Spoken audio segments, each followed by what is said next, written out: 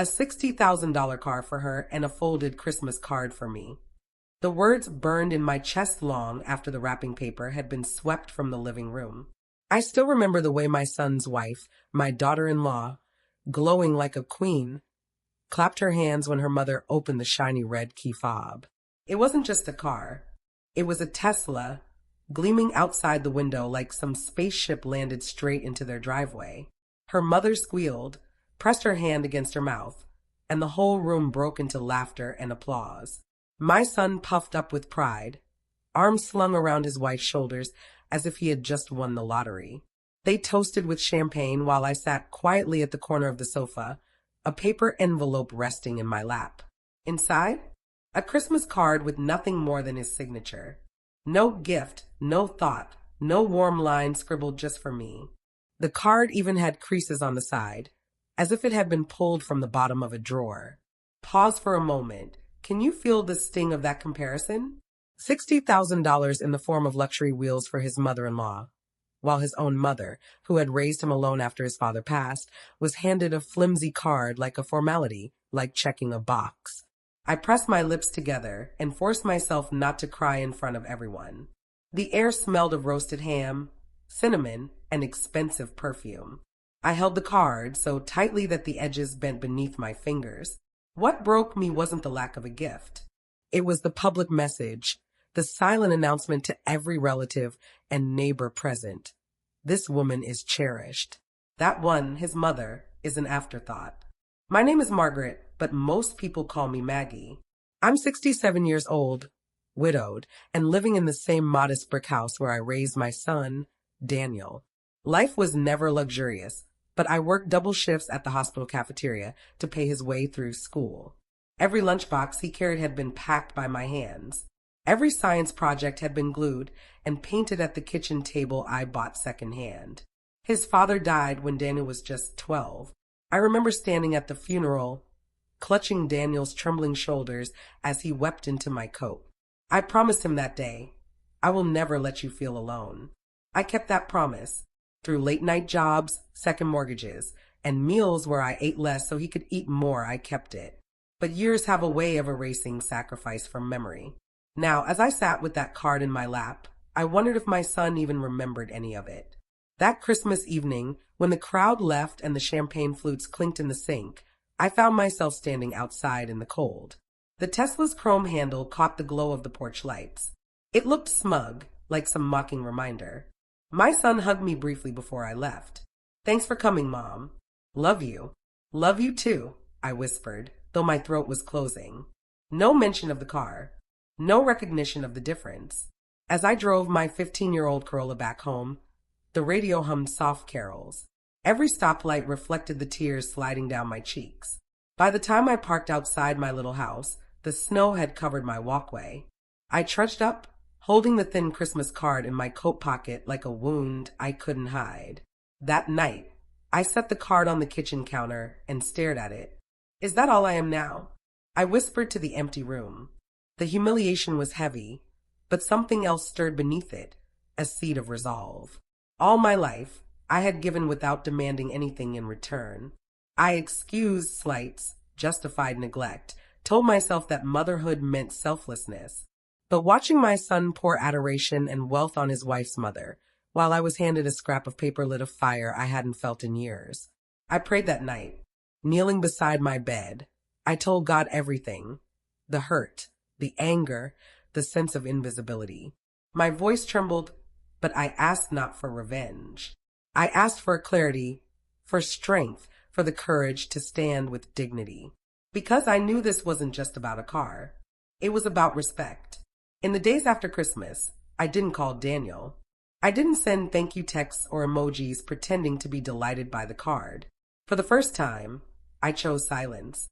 I spent mornings in my small kitchen, sipping coffee while the old clock ticked on the wall. Neighbors waved as they shoveled snow, and I waved back, but inside, I felt like a shadow. The phone stayed quiet. No check-ins. No, how are you, Mom? My son's life was busy with business trips and weekend getaways, all displayed proudly on his wife's social media. I watched from the distance of a forgotten observer. And then came the breaking point.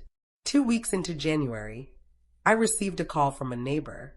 Margaret, did you see the photo they posted? Daniel, his wife, and her mother, all posing by the Tesla in front of some fancy restaurant downtown. The caption said, 3 generations of strong women.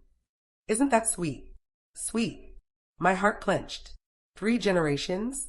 Her mother included, but not me. His real mother. That evening, I looked at my reflection in the bathroom mirror. My face was tired, the lines deeper than I remembered, but my eyes still burned with life. And in them, I saw the truth. If I stayed quiet, if I continued to accept scraps, this erasure would only grow. I made my decision. I blocked my son's number, blocked his wife, shut the door on their digital world. For once, I chose myself. Pause here, friend. If you've ever sat alone at a family table and felt invisible, if you've ever seen your efforts overlooked while others are celebrated, you know exactly what I mean. That sting is unforgettable. And let me ask you a favor. Share your own story in the comments below. Tell me if you faced something like this, because your voice deserves to be heard. And while you're at it, make sure to subscribe to this channel. We're building a space where women like us, who have carried families on our backs, finally have our stories told. Now, let's go deeper into how my silence became my strength. Blocking them wasn't easy. The first night I stared at my phone, half expecting Daniel to call, to notice, to pound on my door. But there was nothing, just quiet. Instead of despair, I felt an unexpected relief. The silence wasn't heavy anymore. It was freedom. I began to fill my days differently. I joined the small church choir again, a group I had abandoned years earlier when work consumed my nights. My voice cracked at first, but the warmth of hymns wrapped me like an old blanket. At church, women my age welcomed me with open arms. Over coffee after rehearsals, we shared stories of children, disappointments, hopes. One of them, Ruth, leaned close and said, "You know, Maggie, sometimes stepping back is the only way to be seen." Her words stayed with me. One Sunday afternoon, I pulled down an old box from the closet. Inside were photographs of Daniel as a boy, grinning with missing teeth, holding up his graduation cap, hugging me at the hospital cafeteria after one of my shifts. I traced the edges of those photos and felt a strange mix of sorrow and pride. I had given him everything I could. And if that was invisible to him now, then it was his blindness, not my failure. Still, the ache of rejection whispered at night. I couldn't erase the memory of that Tesla key flashing in his hand, or the way he looked at his wife's mother with pride I had never seen in his eyes for me. But something else began to form within me, a sense that perhaps my story wasn't over. February rolled in with icy winds. One morning, as I walked past the community bulletin board at church, a notice caught my eye. Volunteers needed literacy program for seniors. My heart skipped. I had always loved reading, though my own schooling had ended early. The thought of helping other older women rediscover words lit something inside me. I signed up that very afternoon. Teaching those women, helping them read simple books, letters from grandchildren, even recipes, filled me with a joy I hadn't felt in years. Their gratitude was raw, honest, nothing like the empty card I had held on Christmas. And through them, I began to reclaim my own worth. Weeks passed. My son didn't call. Not once. His silence was sharp, but each day I grew stronger in mine. Yet life has a way of circling back, testing the strength of our decisions. And mine was coming. Because one evening, just as the first buds of spring appeared on the trees, there was a knock at my door. I froze, hand hovering over the knob. And when I opened it, there stood Daniel. Daniel stood on my porch with his hands buried in the pockets of his expensive coat. The night air was cool, carrying the faint smell of wood smoke from a neighbor's chimney. His eyes darted away when I met his gaze, as if he wasn't sure whether to smile or apologize. "Mom," he said, almost casually, like this was any other visit. "Can I come in?" I stepped aside without answering. My silence was louder than words. Inside, the house was warm, filled with the scent of the chicken soup I had cooked earlier. The walls still held the same family photographs that had watched over us for decades. He glanced at them quickly, his jaw tightening when his eyes lingered on his own younger face. He sat at the kitchen table, the same table where I once helped him with math homework, where he scribbled letters to Santa, where I cried into coffee mugs after his father died. Now he sat across from me like a stranger. For a long moment, we said nothing. The only sound was the ticking clock above the fridge. Finally, he cleared his throat. "You blocked me. Why?" The question was sharp, but beneath it I heard something else. Unease. Maybe even guilt. I folded my hands and looked at him steadily. "Daniel, you gave your wife's mother a $60,000 car. You gave me a bent Christmas card. Do you really need to ask why?" His face flushed. He shifted in his seat. "It wasn't like that." "It was exactly like that," I interrupted softly but firmly. My voice didn't rise, yet it carried every sleepless night, every double shift, every sacrifice. "You showed me where I stand in your life. I simply believed you." He rubbed his forehead with one hand, sighing. "Look, the car wasn't just a gift. It was an investment, okay? She helps us with babysitting, errands, things around the house. We thought she deserved it."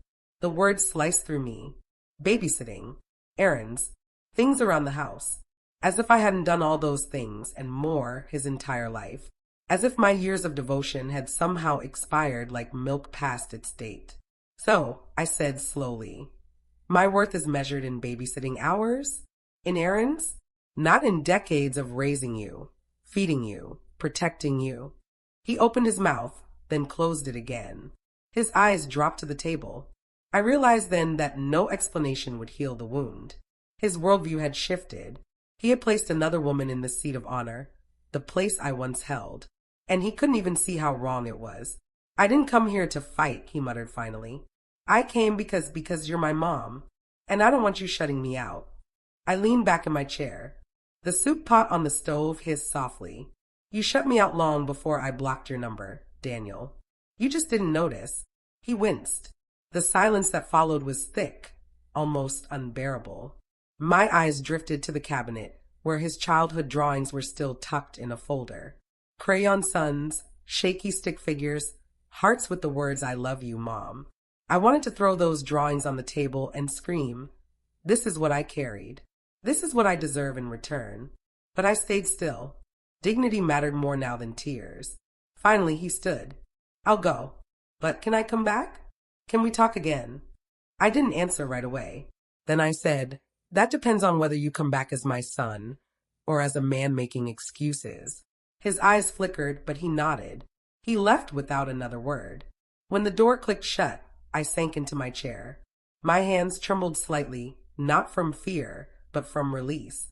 Speaking those truths had cost me strength, but it also gave me power. For the first time, I hadn't begged for his love. I had demanded respect. That night, I slept deeply. Days turned into weeks. Daniel didn't return right away. I filled my time with the literacy program, with choir, with new friendships blooming in unexpected places. My world began to expand beyond the narrow circle of waiting for my son's calls. Yet the ache lingered.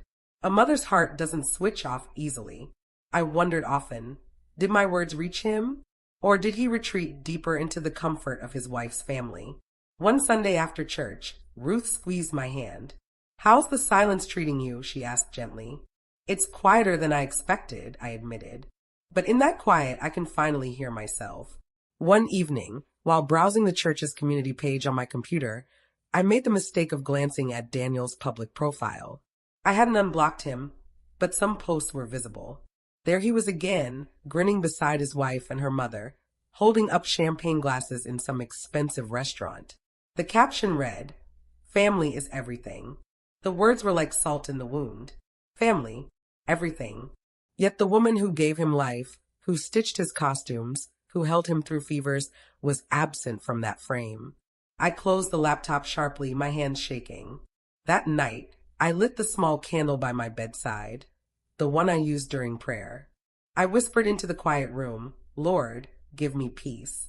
Don't let bitterness poison me. Show me how to live with dignity, even when forgotten." Tears slid down my cheeks, but they felt different this time. Not desperate, not begging. They were cleansing. I felt lighter afterward, as if God himself had whispered back, "You are not invisible to me." March brought the first signs of spring. Tiny green shoots in the garden, the smell of damp earth after rain. I was kneeling to pull weeds when I heard footsteps on the path. I looked up, expecting a neighbor. Instead, it was her, Daniel's wife. She wore designer sunglasses, her hair perfect as always. She smiled, though it didn't reach her eyes. "Margaret," she said, her voice smooth as cream but cold underneath. "Can we talk?" We sat on the porch. She crossed her legs elegantly, tapping her manicured nails on the armrest. "I'll get straight to the point," she said. Blocking Daniel really hurt him. He's been distracted, upset, and it's affecting our family life. I think you should reconsider. I studied her carefully.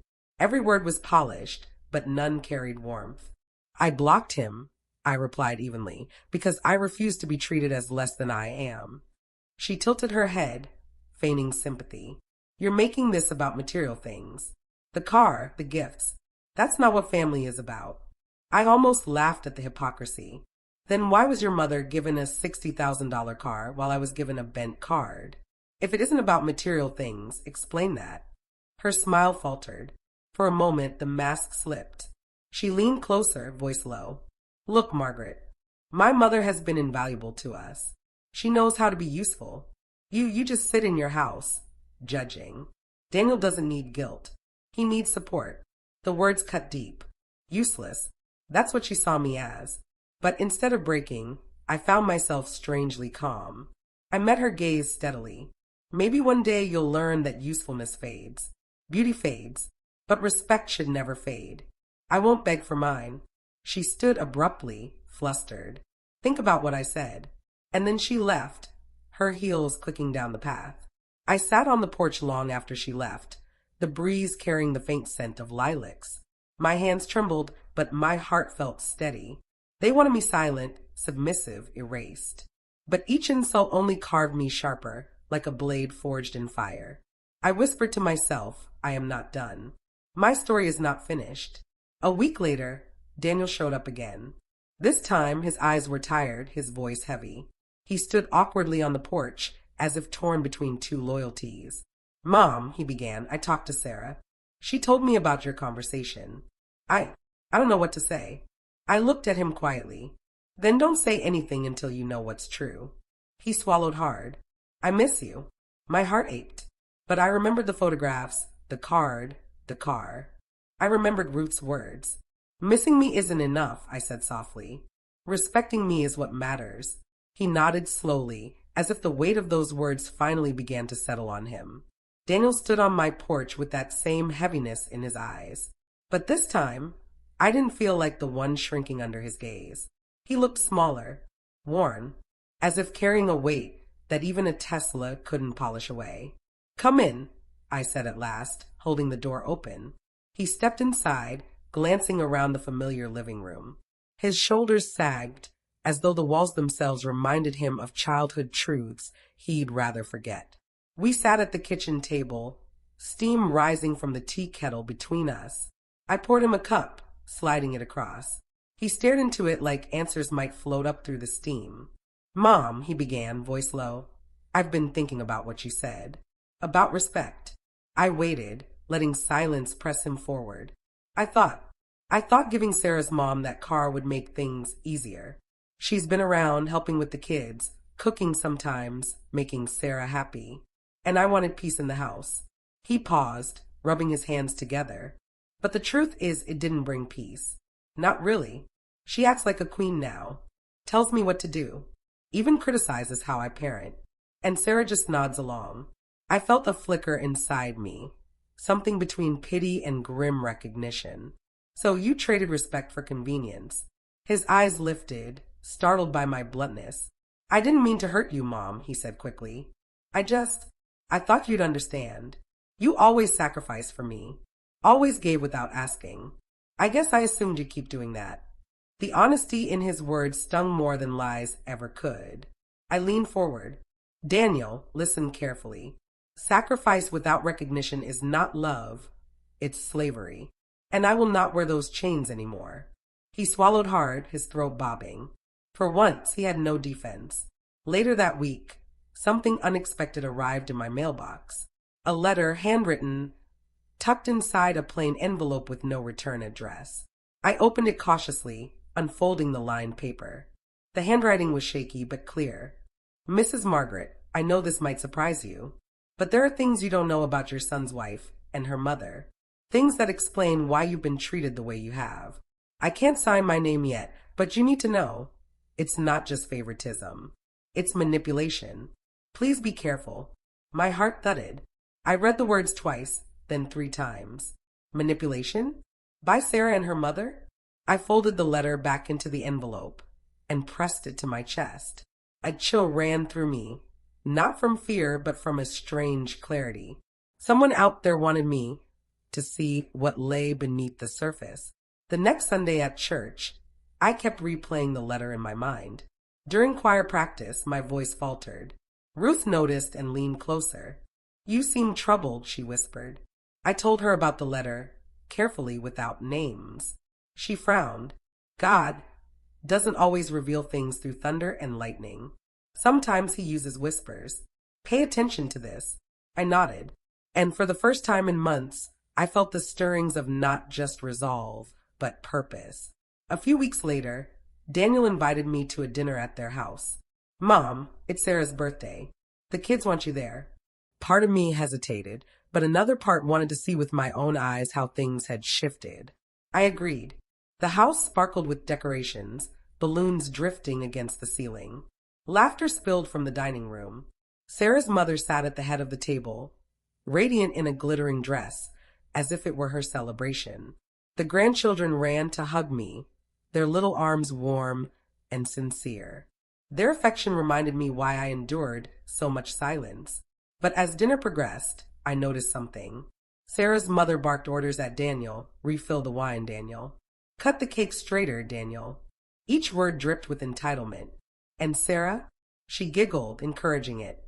My son's face tightened with each command. He looked like a man suffocating in velvet ropes. At one point, Sarah's mother turned to me with a thin smile. Margaret, dear, you must understand.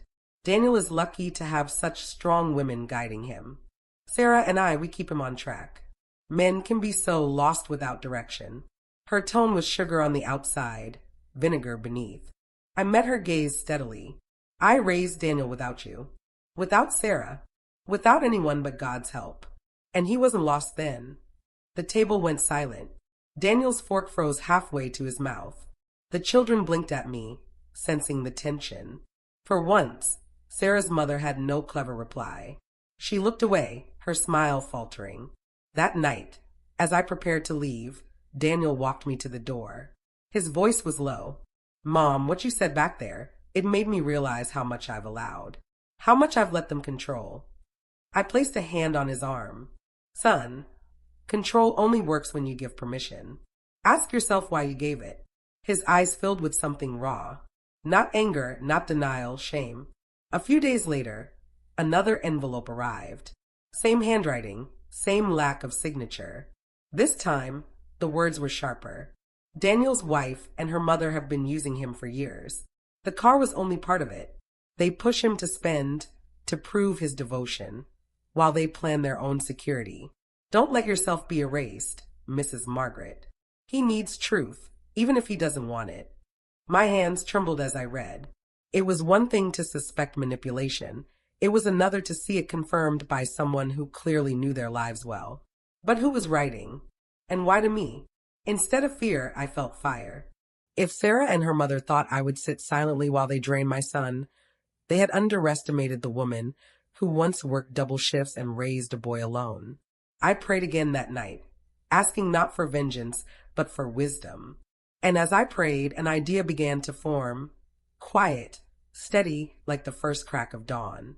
Maybe God wasn't just calling me to endure. Maybe he was calling me to reveal. One afternoon, while watching the children in the backyard during their play date, my granddaughter tugged at my sleeve. Grandma, she whispered, why does Mommy always say you don't understand nice things? I think you do.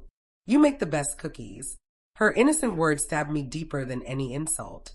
If Sarah was teaching the children to see me as less, the battle wasn't just for my dignity, it was for my legacy.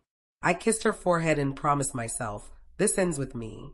The next time Daniel visited, I didn't mention the letters. Not yet.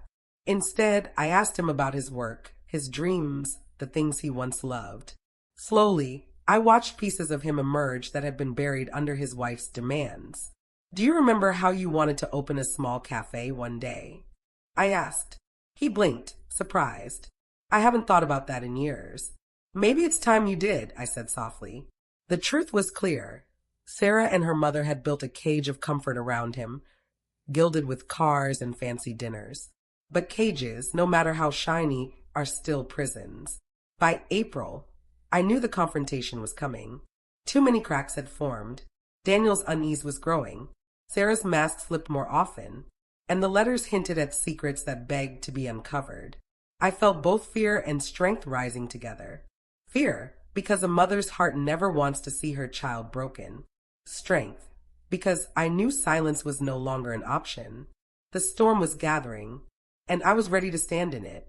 Spring slid into May, and the air smelled like wet grass and second chances.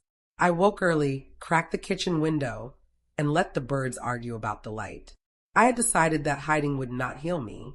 If truth wanted out, I would meet it with coffee, with prayer, with steady eyes.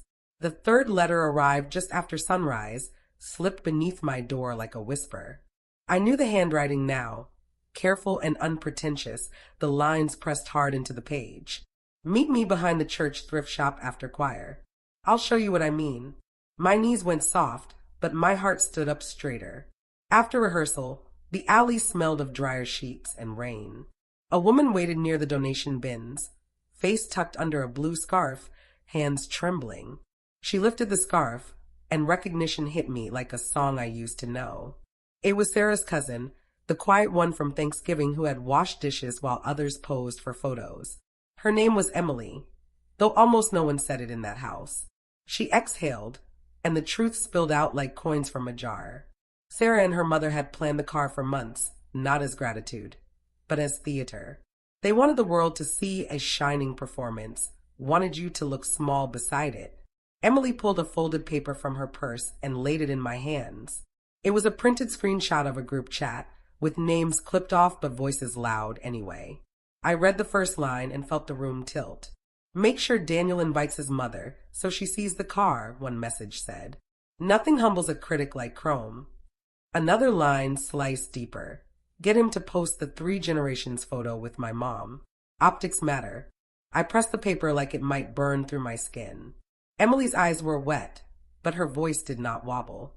She told me she had watched the theater for years, had kept quiet to keep peace, had finally reached her own breaking point.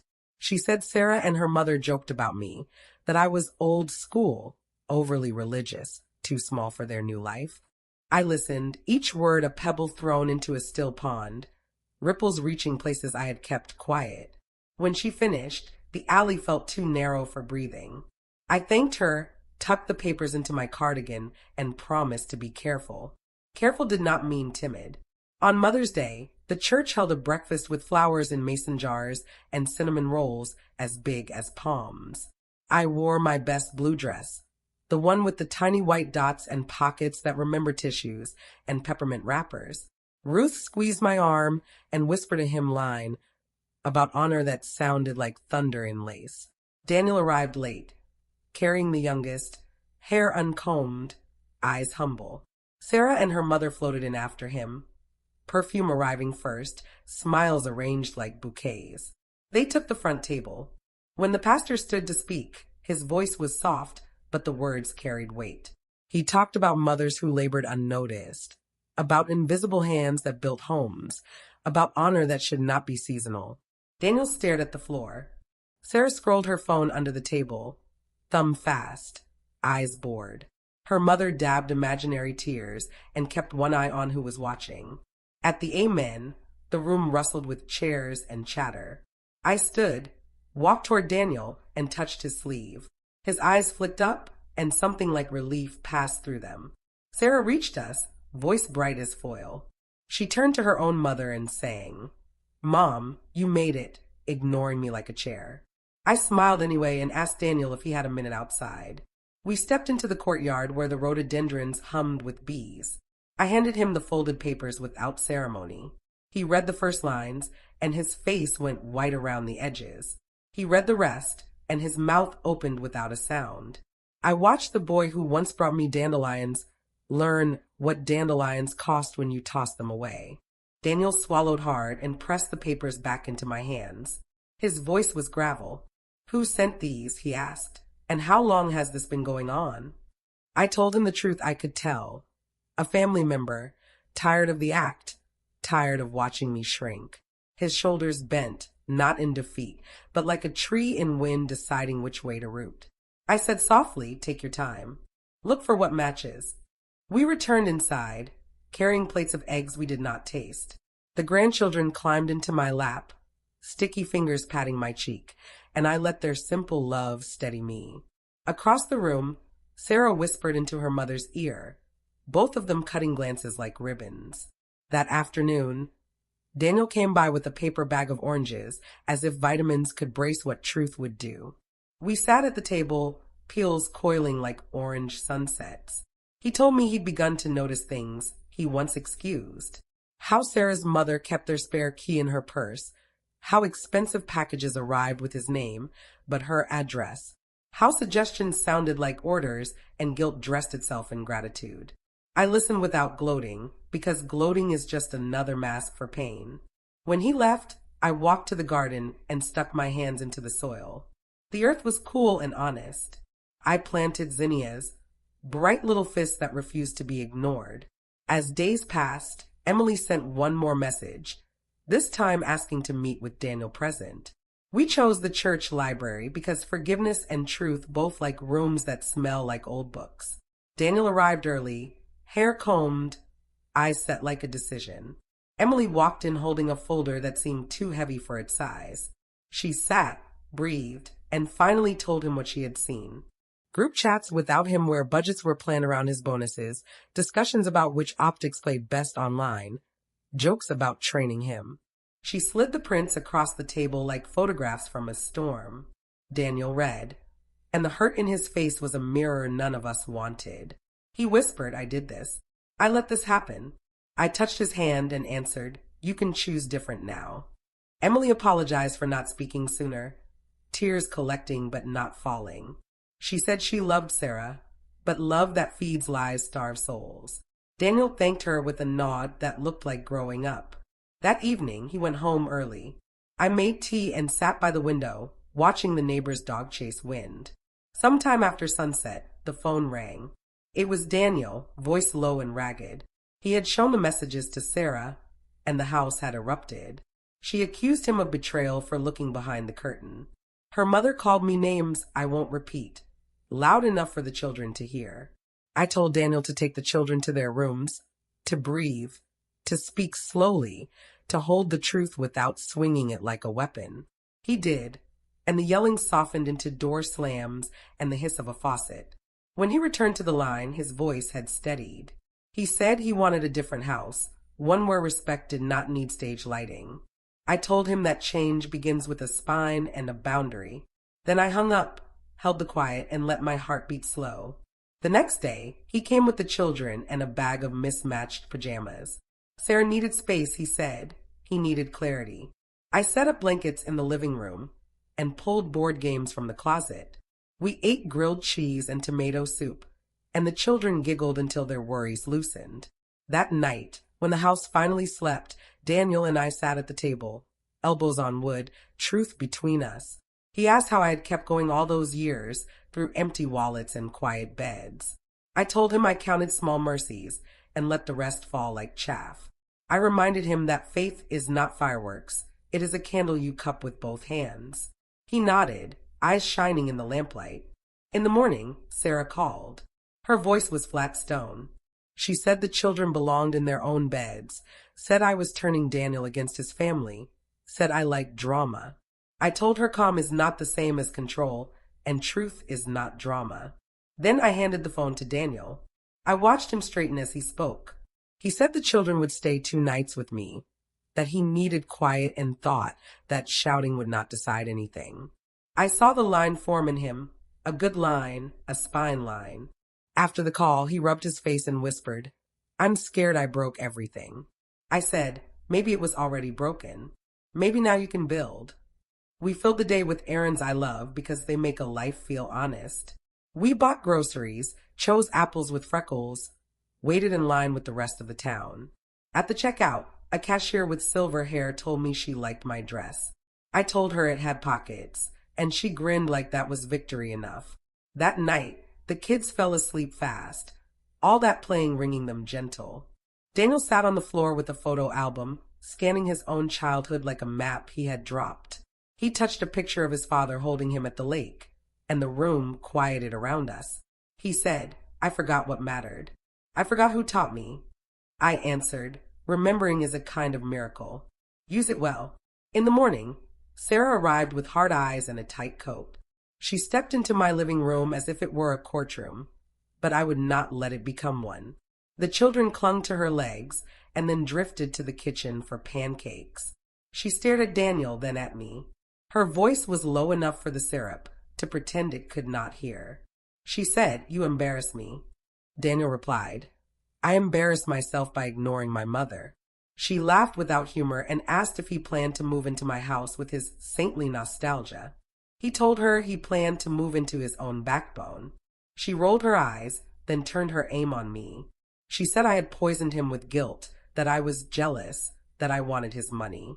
I told her I wanted nothing but peace, and peace cannot be bought with a car. She opened her mouth to spit more, but Daniel held up his hand. He said quietly, "Respect my mother in her house." The room changed temperature. She checked the hall, lowered her voice again, and said she would take the children now. Daniel said they would go after breakfast, after hugs, after calm words. She left in a storm of perfume and slammed pride. I exhaled like I had been holding air since winter. That afternoon, Emily texted to say that Sarah's mother had called the family together for dinner. She wanted to regain control. Daniel decided to go, not to fight, but to listen and speak once. I told him I would be nearby, praying, and then I baked cornbread because faith likes to be held. At dinner, the table glittered again, candles reflecting off the expensive appliances like a showroom. Sarah's mother began with a toast about resilience and family unity, which is what people say when they want obedience. Daniel let her finish, then placed his phone on the table and read. He read the lines about optics, the plans around his bonus, the jokes about training him. The room stiffened. Sarah's mother tried to laugh it off, called it sarcasm, called it a misunderstanding, called it love. Daniel asked why Love spoke so fluently about erasing his mother. No one answered. Sarah folded her arms and said the messages were private and therefore unfair. Daniel said the consequences had never been private. Her mother stood, rattling ice in her glass, and declared that the family needed a new narrative. Daniel said the new narrative would begin with honor, and honor would begin with boundaries. He did not shout because truth has its own echo. He gathered his coat and walked out before they could turn tears into levers. He came to my house afterward, smelling like candle smoke and resolve. We ate warm cornbread with butter and said almost nothing. Sometimes silence is the prayer. The next week, the house across town grew quieter. Sarah stopped posting photos. Her mother stayed away for 3 days, then returned with casseroles and apologies shaped like threats. Daniel kept the door mostly closed. He took the children to the park alone and discovered how the swings make worries turn into wind. He started bringing fresh bread to my house on Sunday nights after church.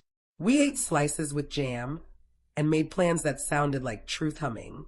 He would rearrange budgets, cut the nonsense, invite respect to sit at the table again. He would ask Sarah to join him or to keep walking without him into the theater where applause cost souls. I prayed for softness where softness belonged and steel where steel was required. One night, Sarah came by alone. She stood on my porch like a woman trying on humility and not sure of the size. She asked to talk. I invited her in and poured tea because I know hospitality can disarm or reveal. She looked around at my small house, at the crocheted blanket, at the plant I kept alive with stubbornness.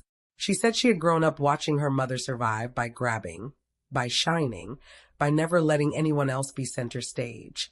She didn't excuse it. She explained it, and explanations sometimes soften edges you still keep sharp. She said she felt small near me because the children loved me without effort. I told her children love anyone who kneels to their level and keeps promises.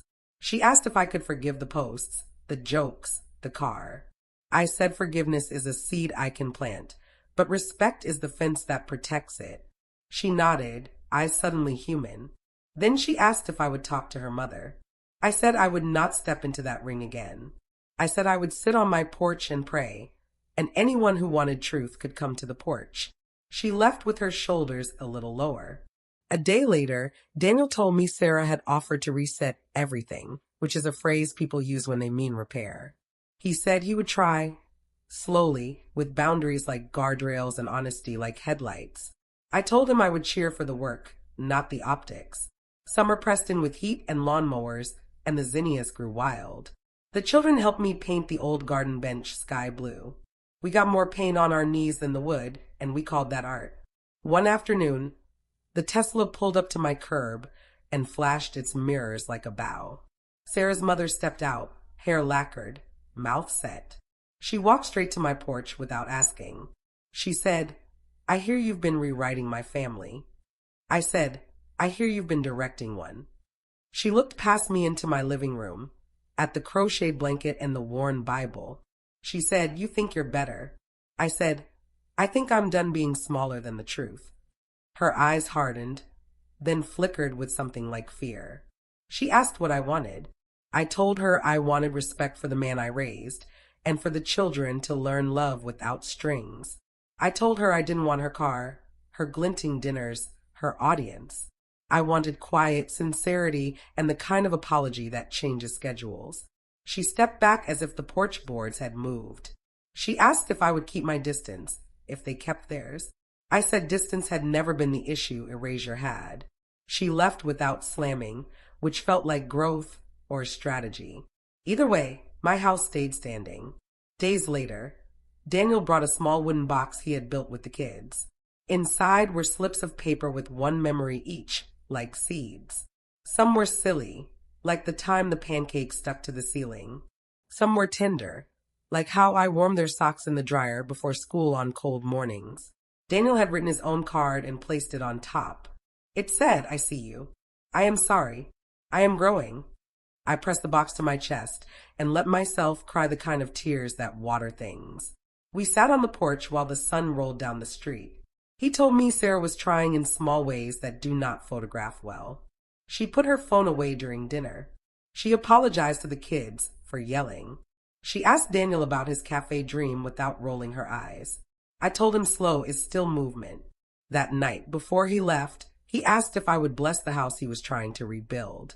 We stood in my kitchen, hands linked, and I prayed simple words that felt like nails and beams.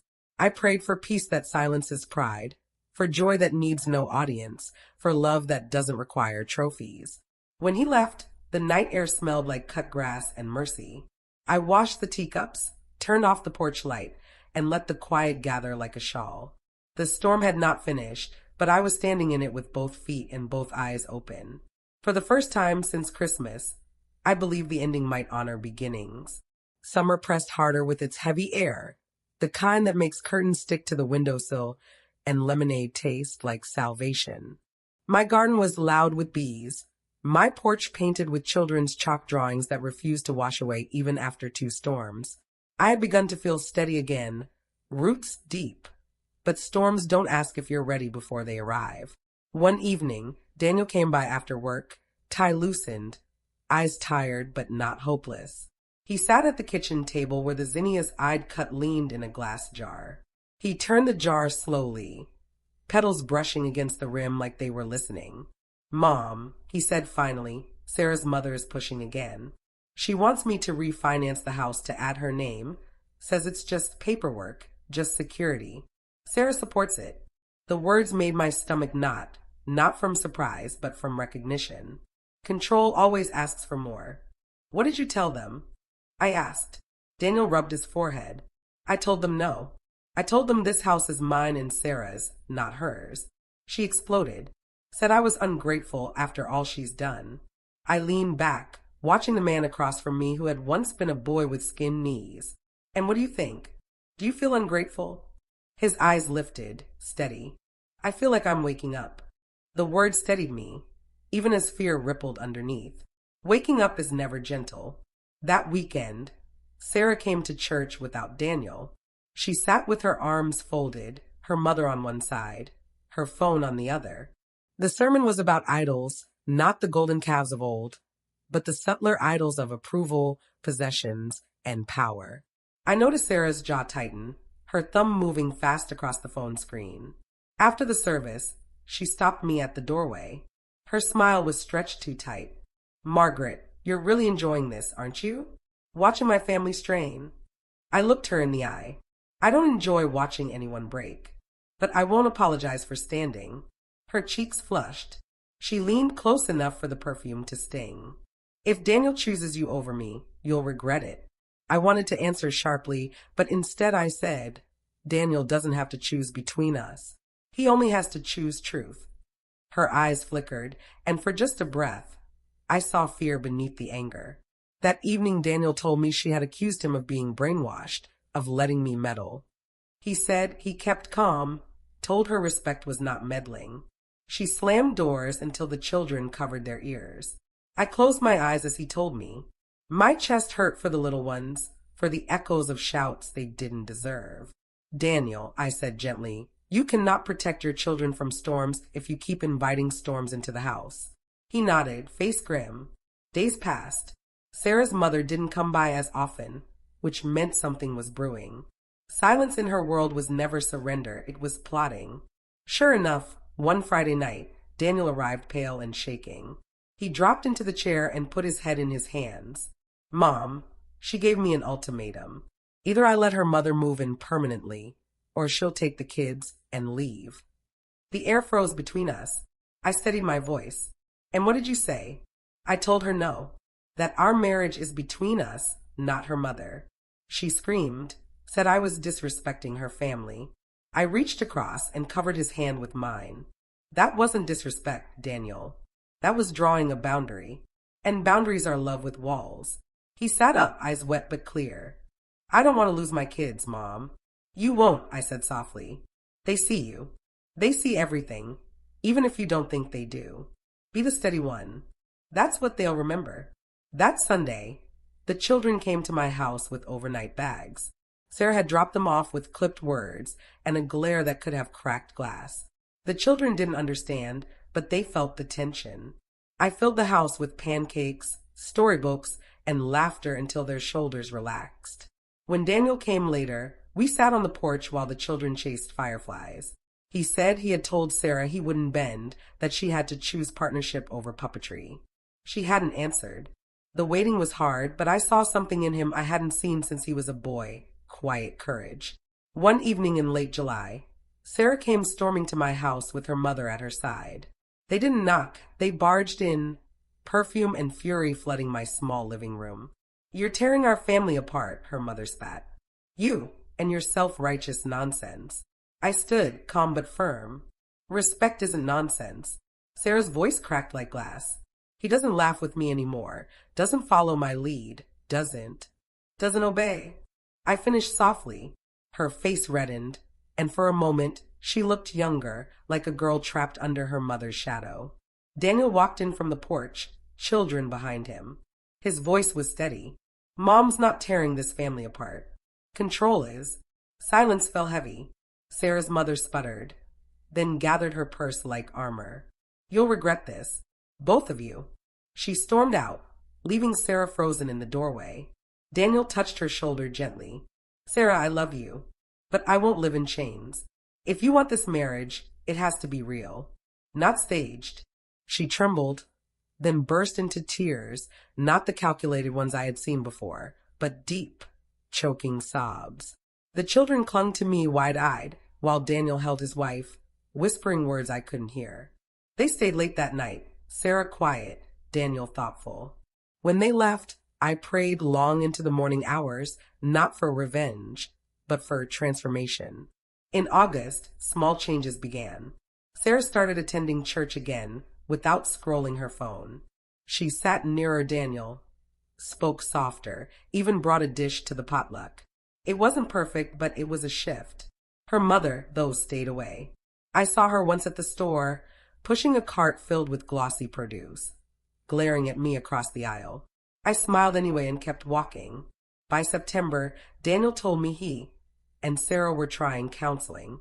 She's resistant, he admitted, but she's coming. That's something. It was. Healing isn't a sprint. It's a long walk with sore feet. One Sunday evening, the children brought me a drawing. It showed our little brick house with flowers out front and stick figures holding hands. Me, Daniel, the kids, even Sarah. At the top, they had written, "Our family." I taped it to the fridge, a reminder that seeds take time, but they do sprout. The day the Tesla drove away for good, sold quietly, without announcement, I felt no gloating, only relief. It had been more than a car. It had been a crown that weighed too heavy. Daniel stopped by that night with bread and honey. "Mom," he said, "I don't know where this ends, but I know where it begins. With you teaching me again. Not by words, by standing." We ate in silence, honey dripping onto our fingers, sweetness we hadn't tasted in years. I knew storms would come again, but I also knew we now had roots, and roots can outlast wind. Autumn settled in like a quilt stitched by careful hands, each day a square of amber light and longer shadows. My garden shifted from zinnias to mums, and the children dragged leaves into piles bigger than themselves. Daniel came often now, sleeves rolled, face calmer. He told me counseling was working, not perfect, but steady. Sarah was quieter, sometimes kinder. The children slept through nights again. He slid a notebook across my table, its cover marked new cafe ideas. Inside, he'd written, "Warm things that smell like hope. Coffee that tastes like waking up without fear." We found a small storefront. Dust curled in the sunlight. The floor creaked, but it felt honest. We painted, we dreamed, we planned. Sarah helped too, writing the first chalkboard special in loopy letters. Maggie's potato soup, served with quiet. I didn't say it, but my eyes watered. The opening day was chaos in the best way. People lined the walls, laughter spilling. Daniel read aloud the first notes dropped into the story jar. Confessions of love, memories of sacrifice. Sarah ladled soup beside me, steady, unpolished, real. For the first time, I believed she wanted this new life too. One afternoon, a Tesla rolled slow past the window. Sarah stepped outside, exchanged quiet words, and the car drove away. She came back in, washed her hands, and returned to the soup pot without a word. That was all the answer I needed. At Christmas, Daniel asked to host in the cafe. We carried in a tree, tilted shepherd and all, and filled the air with cinnamon, coffee, and hymn fragments. The children made a sign, "Our family." Daniel handed me a small music box carved with the words, "Thank you for every shift you worked, so I could dream." Inside was a letter where he wrote, "I cannot repay you. I can only honor you with the life you taught me to live." Sarah gave me a framed photograph of Daniel as a boy, flower on his nose, standing beside me at the counter. At the bottom, she had written, "The lesson never stopped." For a long time, I thought revenge would mean watching them beg for me. But the true justice was this, standing tall until they remembered I had never disappeared.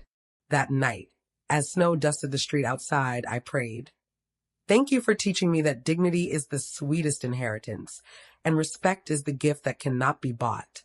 And when the cafe closed, the last song from the little music box lingered, as if the walls themselves had learned to hum. Love without performance, honor without price.